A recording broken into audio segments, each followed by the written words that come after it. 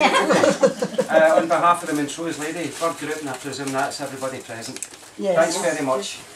We are essentially, myself and Barry here, and Helen, the George Beattie project. Okay, and the clue's in the name. We've been researching George Beattie for the past 3.5 years. Okay.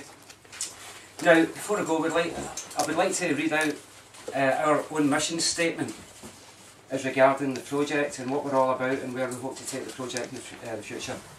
We endeavour to restore the memory and literary legacy of George Beattie to the rightful place in Scottish history. We endeavour to set the record straight by revealing the misinformation, disinformation and deceits of the past which we have discovered in the traditionally accepted story of George Beattie. And I see that's the last ticket. Yes.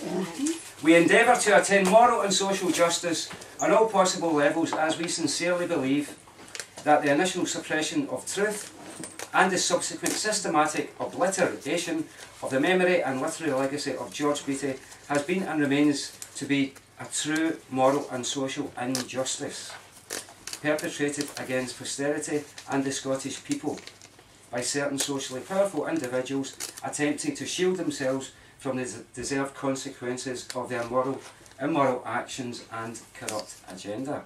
Controversial stuff here, girls. Strap yourselves in. Okay. So what I'm going to do now is we're going to go into the accepted narrative of George Beattie. This is what we call the accepted narrative. Everybody here, I presume, has heard of George Beattie, circa 1786, 1823. Okay? Can I just ask, what is it you know? You know, how much information are you aware of? Nothing. All you hear is Beattie. That's all. Was he murdered? And he was a poet. As far as we're concerned, that's exactly what the evidence shows. Well, we'll go into that anyway. So anyway, let's keep tracking on here, okay. So basically, there is, you don't know a lot about the man, okay, but what I'll do just now, I'll give you a brief narrative of what some people are aware of when it comes to the story of George Beattie. He was born in Whitehouse in St Cyrus on the 18th of September 1786, and he was born to an Elizabeth Scott and William Beattie, and he was one of 7 children. That's all our own research, and it's all primary source research. Okay, girls? After a good education, he works as a lawyer's clerk in Aberdeen. He finishes his legal education in Edinburgh. Excuse me. He returns to Montrose. He sets up a legal practice with his brother David Beattie. He also publishes various poems, and his most famous one was, of course, John O'Arna. And personally speaking, I quite like a lot of George's work. It's really worth looking at. Now, he starts up a relationship, and this is where the story really kicks off. He starts a relationship with a local squire's daughter, oddly named William Gibson, which I've heard in dispatches wasn't too unusual for the times. A Miss William Gibson. Now, news of inheritance, and this is where everything goes pear-shaped to say. News of an inheritance comes through from an uncle who was in the island of Grenada. Now, subsequent to this, the relationship turns sour. Now, Miss Gibson then turns her attention to a local corn merchant by the name of a William Smart. Now, the pain and humiliation from the breakup of the relationship caused George Beattie to subsequently take his own life. That basically is the accepted narrative of the man's life. Simple as that. That Okay. was very good, very short. So anyway, that's us finished now. Accepted narrative. Now, we'll move on here. All this information essentially comes from a biography that was published in 1863, 40 years after George's death. Which is key in itself. Now this is the actual main source information. The biography in itself is interesting, if you look at biography, because the author of the biography remained anonymous, and there was a lot of pieces in that biography that we had to find out what's going on here. Now I'm going to move on to one particular point in this. It's all down to money at the end of the day. let's be honest. Okay. Now, in this biography, if we focus on the fact that on the relationship between George and Miss William Gibson,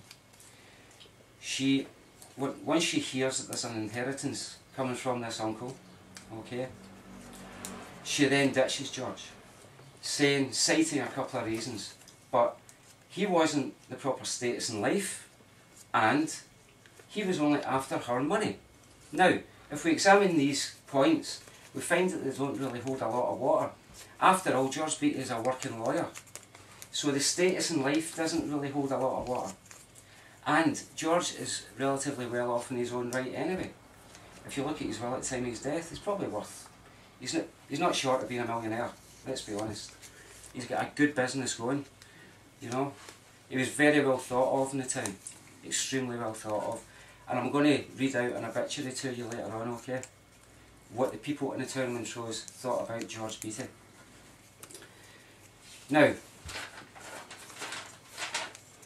when we consider the book and where the money came from, because I think this is really the key point here in this story, we'll focus on this, and I'll mention a few other bits and pieces, and then I'll move it on to Barry later on when it comes to the conspiracy. But I'm just going to focus on the actual facts of the story as we've actually found them. Now, in the biography, as I mentioned, it was written in 1863. This money came from an uncle who was, quote, the governor of Granada. Okay then, we take that as a statement of fact. But once we look at who this chap was, a William Mitchell, a quick Google search tells us that there was no such chap who was, quote unquote, the governor of Granada at that time. So the inference being was that he was the governor of Granada under the king's behest. You know, he was working for the state. Respectable, in other words. There was no person of that name in Granada. So we had to find out who this chap was. So we employed the services of professional researchers down in London, and they looked at the records for us, and it turns out that this William Mitchell was a plantation owner. He owned slaves. This is where this money was coming from. Exactly. And it was actually very, very interesting information. Now, if somebody goes out to write a biography in somebody's life, you think you would get these points accurate. But he's just failed to mention these points. So this is all new, freshly researched information.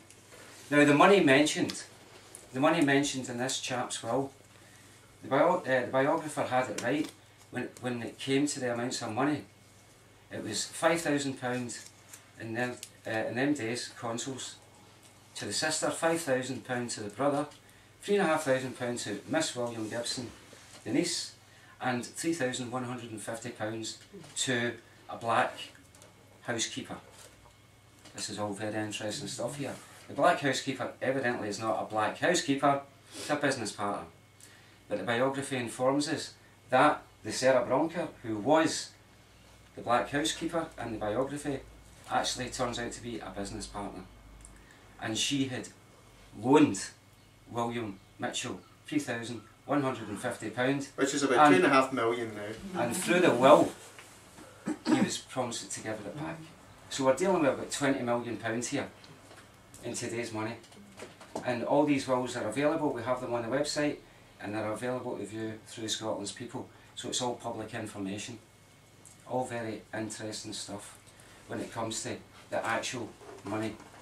Now, what we've actually done now is, see when you look at the wills of the beneficiaries, there is no mention at any of this money being realised at all. At all, nowhere. I've looked through the wills time and time again, and through the inventories and the testimonies, there's no mention of this money.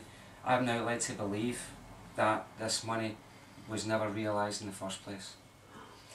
So I found a record down in London, both of us have found a record down in London, and it's the Chancery Court in London.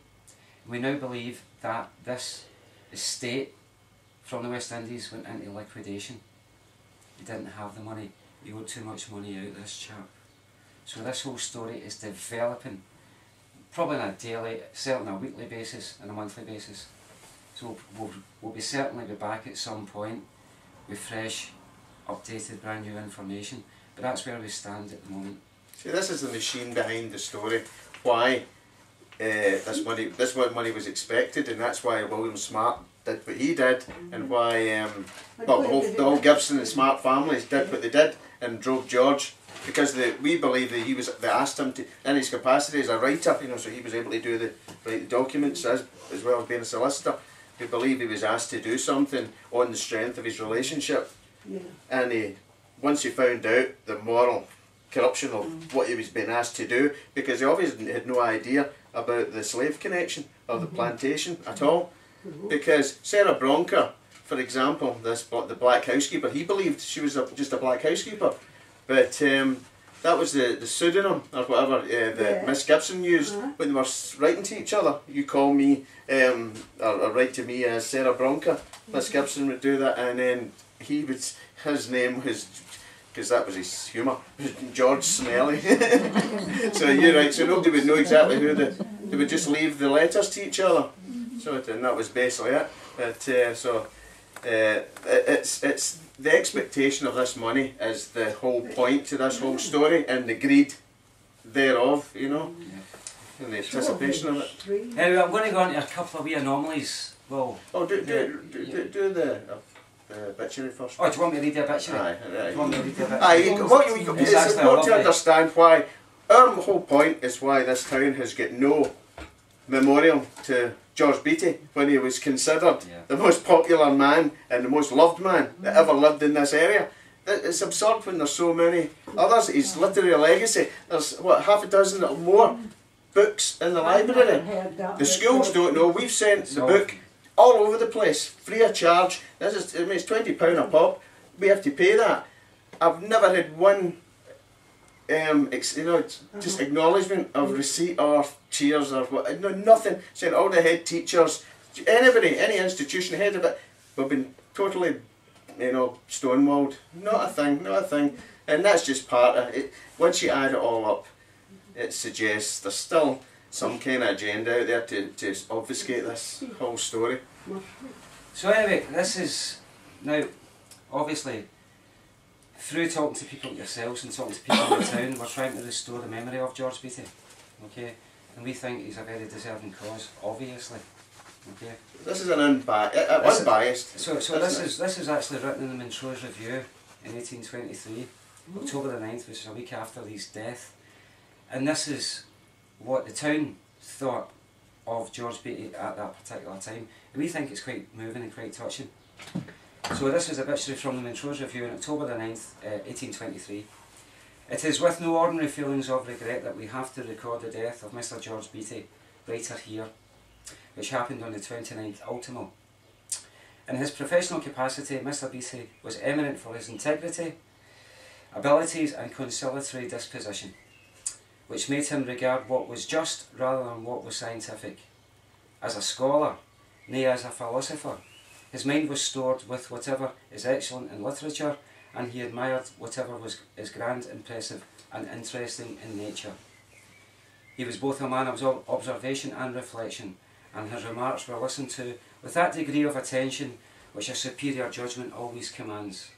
Above all, as a man, as an upright, independent, generous and sociable man, he was honoured, esteemed and beloved. Nor was this tribute paid to the qualities of his heart in a common or a partial degree, but warmly and generally. His satirical powers, which, keeping a judicious aim, became an active virtue itself, were elucidated in many instances and thrown with subtle keenness against vice, folly and corruption. In testimony of this, he has left behind him many admired specimens, both in prose and verse.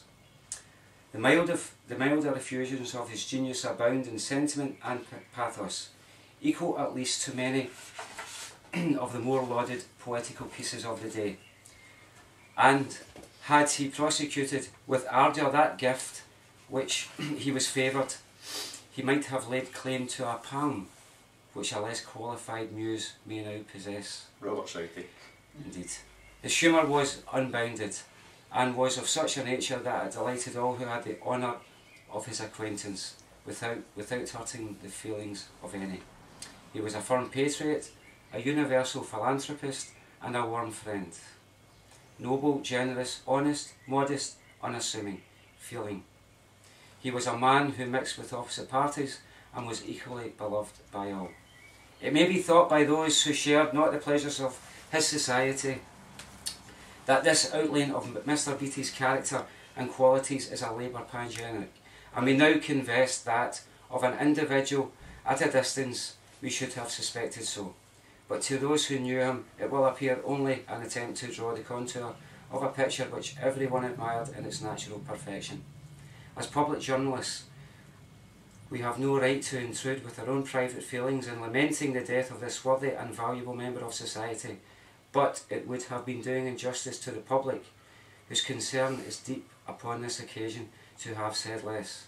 And we are assured that none will contradict us when we declare that no man in this town and neighbourhood was ever more generally beloved in his life or more universally lamented in his death. Now that's what they thought of George Beattie back then. So it's quite a, it's really quite something. That's what we feel. That's the obituary from the Women's Review. So you mentioned contradiction. Yeah, I was just going to move on. Okay, right. Now, there's a few anomalies here that we find interesting, but there's only something just for, these are just little points for you to chew over. And it's probably one of these are the wee anomalies that actually sort of dragged me into this story, which I really found interesting. When Barry said to me that day down in St Cyrus, "This is George Beattie's headstone," what did you find odd about it? It was the simple fact that there was no mention of his family on that headstone. I don't know if that's a usual or an unusual thing, but it wasn't a loving son, brother, so on and so forth. And there was no mention of his immediate family on that headstone. That's something for us to think about, I think. Well, birth date, Nothing just a at year. all. Just a year. And in the And biography, of just a year ago. Nobody had his actual date. Yeah, but then he was a suicide in those days, didn't they? But This is very true. no, but there This was is no what I recorded of his actual birth date anywhere, even in the biography. That was just unknown up until, and now we think we know why. Yeah, well, so anyway, the author of the biography was preferred to remain anonymous, which we found interesting. Now, there's no mention at all of his brother James. Now, he inherited George's estate because George died intestate. He left a will, but because he died 8 days before the 60 days validation period of a will, he died intestate. Now, this is unusual. He writes a will out. Goes to a lot of He's a trouble. lawyer. He knows fine well he's worth a lot of money, and he knows fine well if he was to die before the 60 days, the money is going to go to his eldest brother. Now, we don't actually think, because of our own research, we could be here all day in these particular pieces of research, different strands of research that we've done when it comes to the actual family. We'd be here all day on it.